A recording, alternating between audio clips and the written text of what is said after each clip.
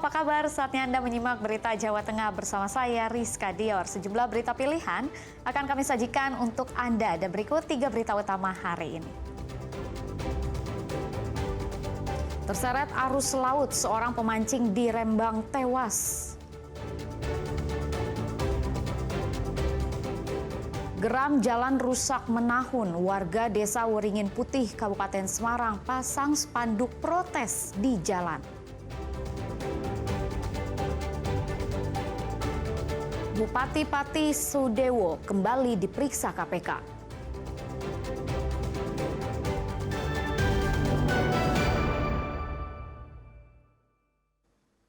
Seorang pemancing ikan di Rembang tewas terseret arus laut. Korban ditemukan selang sehari dalam posisi kaki tersangkut batu karang.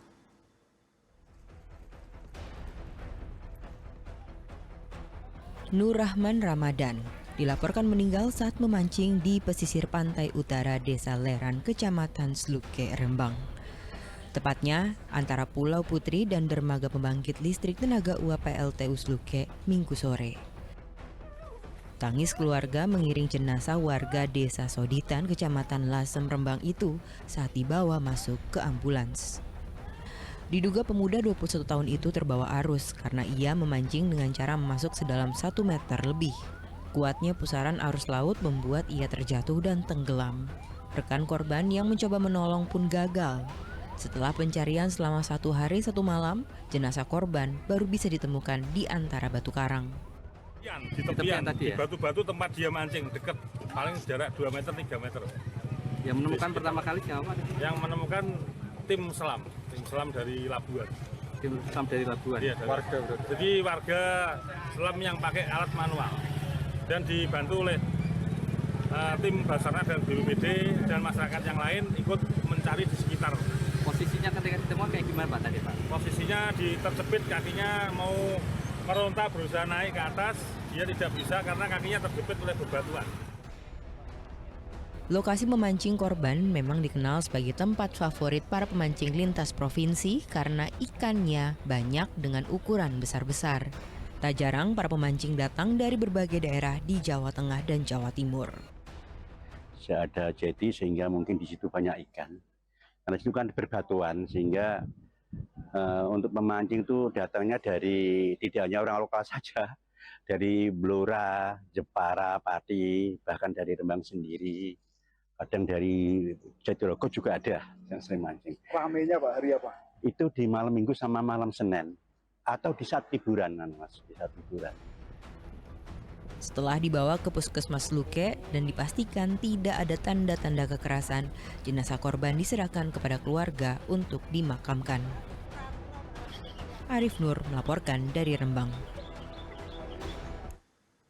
Pemerintah Kabupaten Brebes masih menunggu hasil investigasi tim penyidik terkait penyebab ambruknya atap teras gedung KPT beberapa hari lalu. Pemkab juga menyatakan akan menanggung semua biaya perawatan korban luka akibat peristiwa ini. Penyelidikan terhadap ambruknya atap teras gedung KPT Kabupaten Brebes hingga saat ini masih berjalan. Area reruntuhan masih terpasang garis polisi, sementara tim Inavis dari Polres Brebes Senin siang juga sudah melakukan pengambilan data dan bukti di lapangan. Pemkab Brebes juga berkoordinasi dengan kepolisian untuk mengungkap penyebab insiden ini dan hasil investigasi nantinya akan menjadi bahan pertimbangan untuk menentukan langkah kebijakan selanjutnya. Sementara 2 korban yang masih dirawat akan mendapat perhatian dan seluruh biaya rumah sakit akan ditanggung hingga sembuh. Ini dan tentunya yang kemarin ada 3 korban itu sudah tertangani oleh kami semuanya di RSUD Brebes. Dan semua biaya kita tanggung sampai sembuh, sampai bisa beraktivitas seperti biasa. Dan memang kami juga sudah berkoordinasi dengan Pak Kapolres dalam hal ini untuk menindaklanjuti kenapa bisa bangunan ini bisa roboh. Jadi kita dicari penyebabnya apa yang menyebabkan gedung teras KPT ini roboh. Jadi nanti kita menunggu dari Pak Kapolres, hasil dari Pak Kapolres, hasil investigasinya Pak Kapolres dan timnya.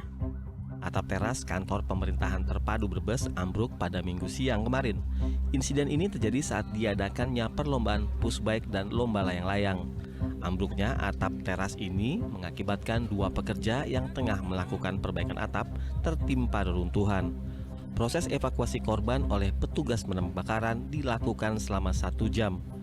Korban yang selamat lalu dibawa ke RSUD Brebes untuk mendapat perawatan medis. Meski atap gedung ambruk, namun pelayanan dan aktivitas pegawai berjalan seperti biasa. Sugihartono melaporkan dari Brebes. Warga desa Waringin Putih, Kabupaten Semarang mungkin bisa dikatakan geram dengan kondisi jalan antar desa. Jalan rusak dan berlubang sudah menjadi makanan mereka sehari-hari.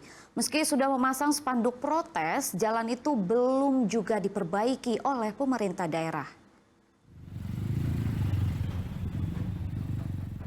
Jalannya sempit, bergelombang, dan tak jarang berlubang. Kondisi ini jadi makanan sehari-hari warga desa Waringin Putih, Kecamatan Bergas, Kabupaten Semarang. Kondisi jalan ini berada di area kebun karet PTP Ngobo dengan jarak kerusakan lebih dari 1,5 kilometer. Soal gram tak perlu ditanya. Hal itu terlihat dari spanduk yang terpasang di pinggir jalan. Warga menuntut agar pemerintah Kabupaten Semarang memperbaiki jalan yang semakin hari semakin rusak. Ditambah lagi saat malam hari tak ada lampu penerangan jalan yang membuat jalan semakin berbahaya dan rawan kecelakaan.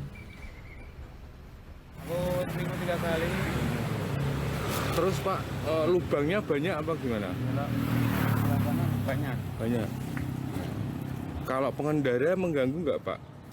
Ya kemungkinan kalau berpapasan sama truk gede ya susah. Harus ke pinggir gitu Pak. Ya. Membahayakan juga nggak menurut Bapak? Ya membahayakan. Seperti apa? Ya karena ada lubangnya kalau tengah malam kan, apalagi lampunya kurang terang, bisa-bisa ya bahaya. Ya itu Pak harus diperbaiki. Kan ini sudah dekat universitas. Ya. Membahayakan ya Mbak? Ya. Takut kalau lewat sini, kondisi seperti ini? Ya ini kalau malam kan juga gelap, nggak ada penerangan.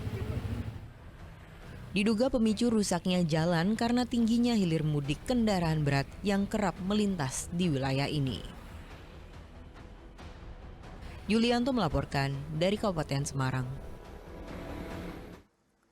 Pentingnya Sungai Pengging bagi kehidupan warga Boyolali mendorong ratusan orang menggelar aksi bersih-bersih pada Minggu kemarin.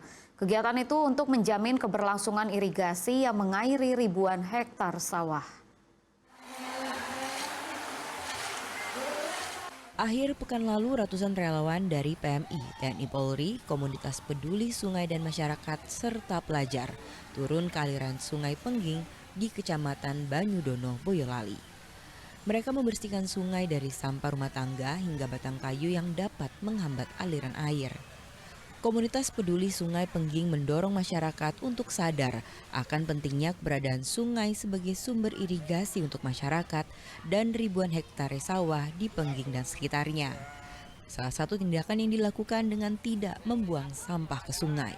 Hampir 90% sumber mata airnya adalah dari Pengging.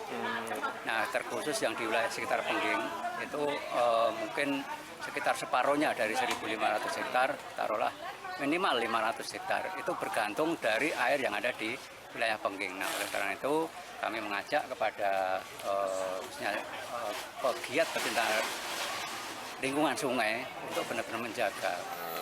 Dengan bersih sungai ini menjadikan lingkungan di sekitarnya akan lebih baik dan mengedukasi kepada lingkungan untuk bisa lebih bersih sungai, dan juga untuk pembuangan sampah akan lebih baik dalam kita mengedukasi masyarakat yang terutama di dekat-dekat sungai. Aksi bersih-bersih sungai dalam rangka HUT ke-80 PMI ini diharapkan dapat menjadi kegiatan rutin untuk menjaga kelangsungan hidup sungai sekaligus ketahanan pangan di Boyolali. Yulianto melaporkan dari Boyolali.